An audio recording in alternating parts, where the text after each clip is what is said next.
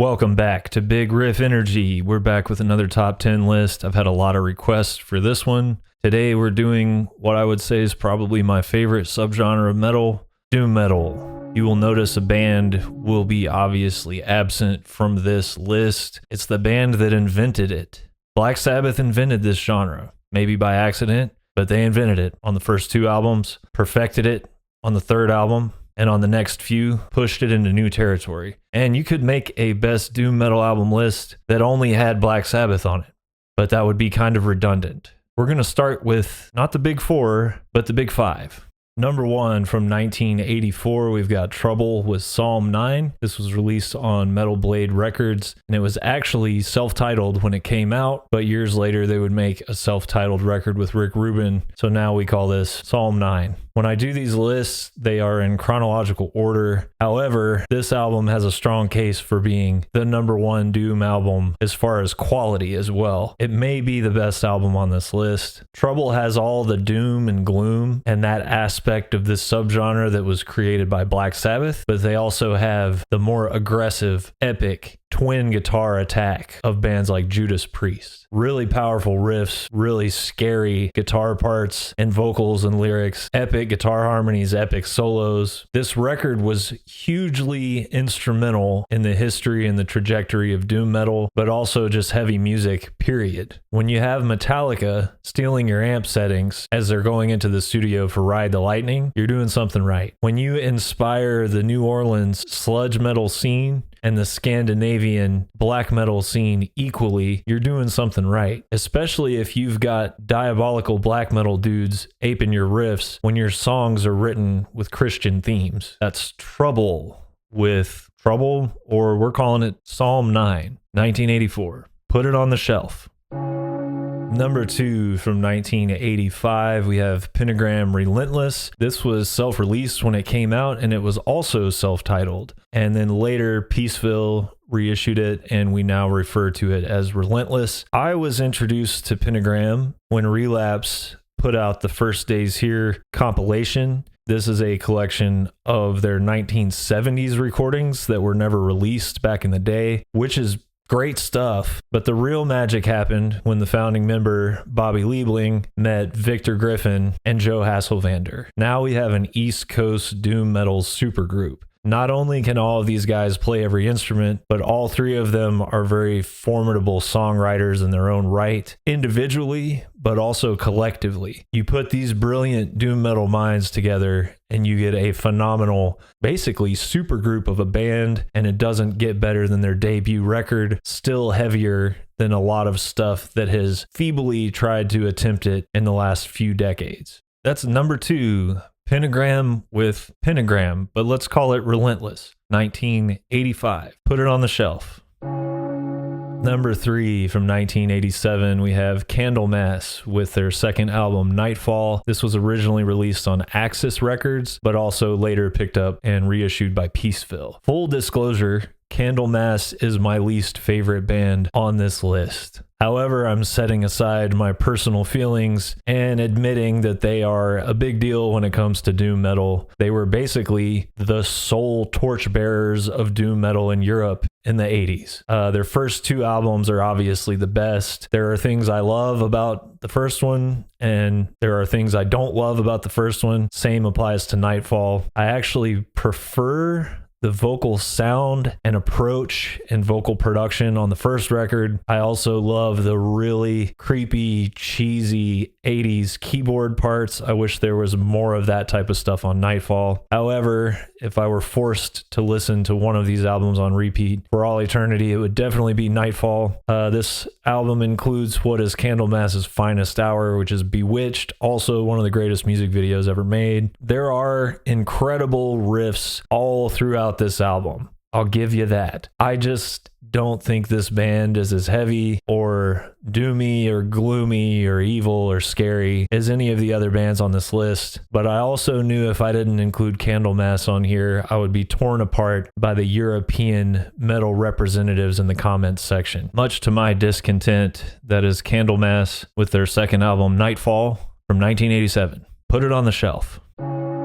Number 4 from 1991, we have Solitude Aeternus with their debut album Into the Depths of Sorrow, released by Roadrunner Records. Everybody talks about the big 4 of doom metal, but as I said at the beginning, I have a big 5, and that's because of Solitude Aeternus. They have every cool aspect of the big 4 of doom metal and then some. The vocals are just as epic and pitch perfect as anyone who's ever sang for Candlemass, and in fact, Robert Lowe, we should say, from Solitude Aeternus, did sing for Candlemass. The riffs and guitar harmonies are as heavy and interesting and spooky as anything on any Trouble album. They have the same punk rock ferocity and grit of St. Vitas. They have the same ghoulish energy and phenomenal songwriting of Pentagram, but they just have a little bit more. There's something about the Texas swagger in their sound that is so unique within the realm of this type of epic doom metal. They're not afraid to hit a breakdown or a part that almost sounds like ZZ Top or Pantera on steroids. Number 4, the mighty Solitude Aeternus with their debut album Into the Depths of Sorrow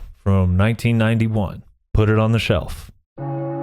Number 5, very fitting to be in the 5th slot, we have St. Vitas with Die Healing, which was released in 1995 on the legendary German label Hellhound Records. Could have really included any of the old school St. Vitas albums on this list. I love the first few. I thought for a second about including their second album, Hallow's Victim, on this list. Of course, there's the legendary and monumental Born Too Late with their second singer, Scott Wino Weinrich on vocals, but there's something about 1995 Die Healing that makes it stand out in the catalog. It's the return of the original vocalist, Scott Riegers, so it's the original lineup, but they've been playing together for a long time, so it's definitely their tightest performance. It's their best production. By far, the legendary Harris Johns produced this record. You know anything about metal, you should know that name. And the standout attribute of this album is Scott Riegers' vocal performance. It's one of the most tortured, twisted,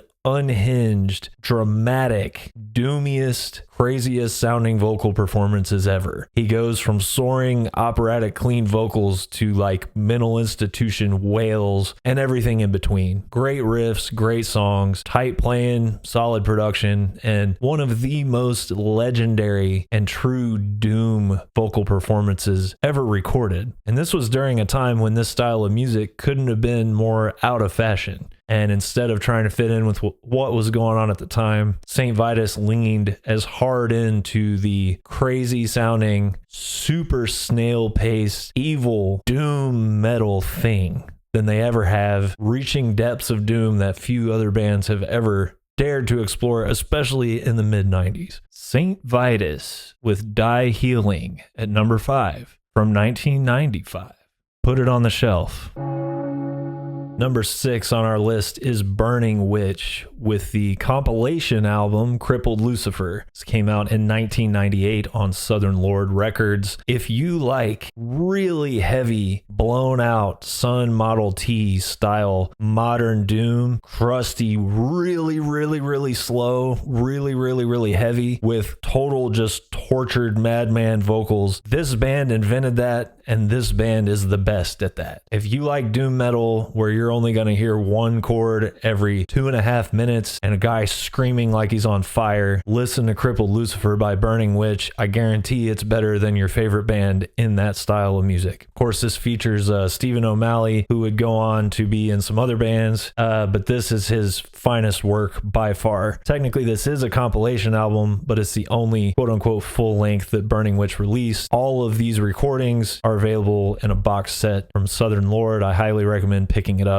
There is no vocalist that ever approached the type of stuff that the guy from Burning Witch is doing. We've got double-tracked, sort of Ozzy Osbourne, borderline weirdo Scott Riegers clean vocals being torn to shreds by the most diabolical, tortured shrieks that you've ever heard over really down-tuned, really nasty Sabbath riffs, but played at 1/4 of the speed. It doesn't get much heavier than this, and like I said, this arms race to be the heaviest, slowest, most distorted, most blown out, most tortured sounding doom band, it ended when it began in 1998. with this album. Number 6, we have Burning Witch with Crippled Lucifer from 1998. Put it on the shelf. Number 7, Typo Negative World Coming Down. This came out in 1999 on Roadrunner, and it's debatable whether this is like a true, pure, whatever Doom album, but to me, it checks all the boxes. It's got super slow, dirgy Sabbath parts. It's all about death, mourning, loss, grief, suicide, depression. I love Typo, but I'll be the first to admit that most of their albums have what I would call filler material, novelty songs, borderline joke songs, inside joke stuff made merely to entertain the guys in the band. World Coming Down is the only record that is super high quality from the second it starts to the second it ends. Even the interludes are of a very cohesive and focused theme that is brutal. There's just people dying of different forms of addiction. If this is a gothic doom metal album, and I think it qualifies, it's definitely the best gothic doom metal album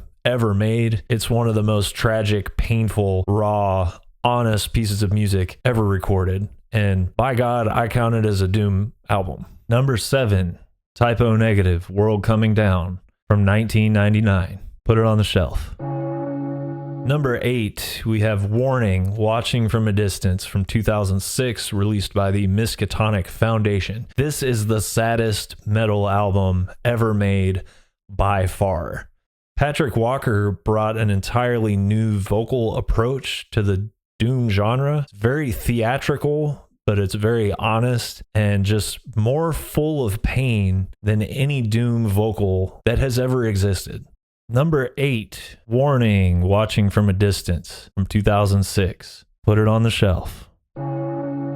Number 9, we have the debut album by Pauleror entitled Sorrow and Extinction. This was released in 2012 by Profound Lore and actually licensed for vinyl to 20 Buck Spin. So the vinyl behind me was released by 20 Buck Spin. You know, in the 2000s, with the exception of a few records and few bands here and there, stuff like Warning, Watching from a Distance, things had gotten a little oversaturated and weird with doom metal. Some asshole somewhere thought it'd be a good idea to combine the tags doom, stoner, and sludge as if they're not 3 completely different things. Maybe there's just not enough decent bands under the stoner tag that they get their own genre. I don't know who thought that up. By the way, High on Fire is not a stoner metal band. Anyway, a genre that was once interesting and exciting, it devolved into a lot of big muff, fuzz, saturated, sleep, and electric wizard knockoffs, completely riffless, completely out of ideas, completely uninspired. And that happens sometimes. I think that's happening with death metal as we speak. And then a band will come along and put a shot of adrenaline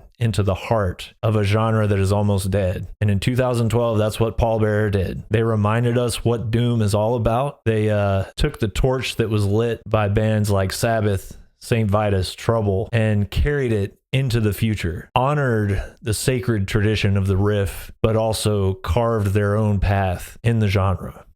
Number 9, Pauleror, Sorrow and Extinction from 2012. Put it on the shelf. Number 10, Yob, Clearing the Path to Ascend. This came out in 2014 on Relapse Records. Now, it's a bit limiting and inaccurate to only refer to Yob as a doom band because they're so much more than that. They're so unique and singular and inimitable that doom doesn't really fully describe them. However, if I had to pick one genre classification, that would be it. Also, if I was going to rework the big 4 of doom, I'd put Solitude Eternus in over Candlemass, but I would also put Yob in over Candlemass. They have a basically perfect discography. You could pick any Yob album to put on this list. Personal favorite is Clearing the Path to Ascend. I think the best song they've ever done is the closing track, Marrow, and it showed a whole new level of sonic tapestry and vulnerability that the band hadn't yet achieved before this album came out. At the same time, it's got some of their heaviest and most brutal material as well. Number 10, Yob, Clearing the Path to Ascend from 2014.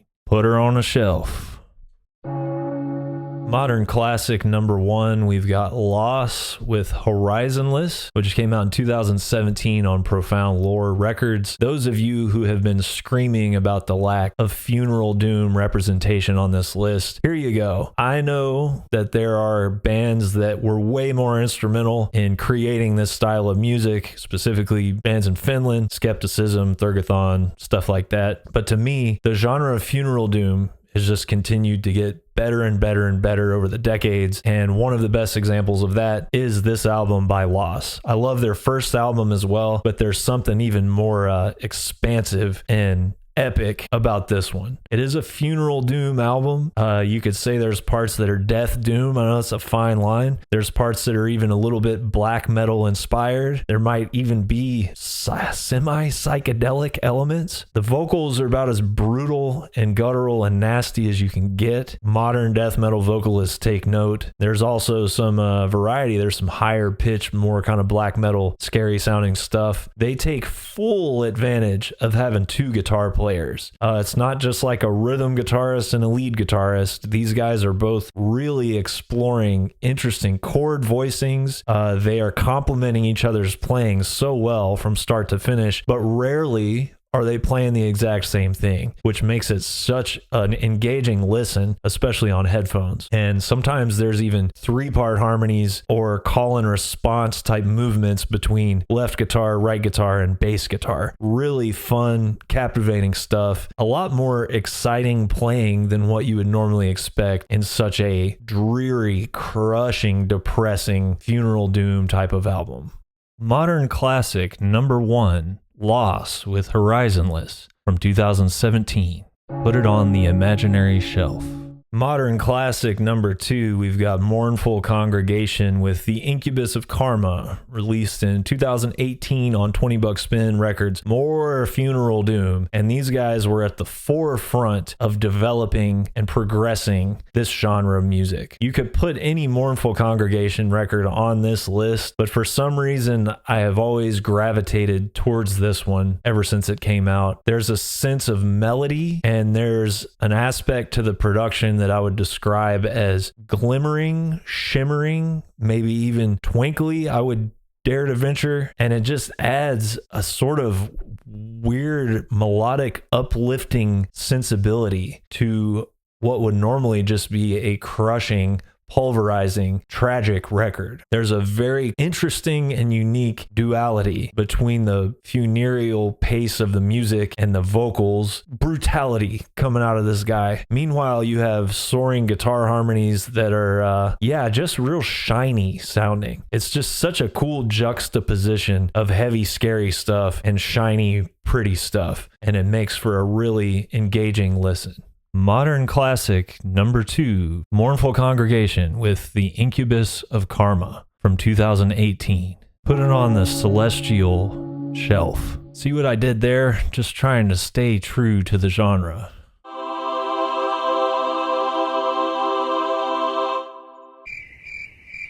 There you have it. Those are the 10 greatest doom metal albums ever made, plus a couple of modern classics. Drop a comment. What's your favorite doom metal albums? What are some that I missed? What are some that are criminally underrated or overlooked? Drop me a line, bigriffenergy@gmail.com. Give me ideas for stuff to talk about on the podcast, or more top 10 lists to do, or guests to interview. I'm working on Fenriz. Subscribe to the channel for more content like this, and I'll see you soon.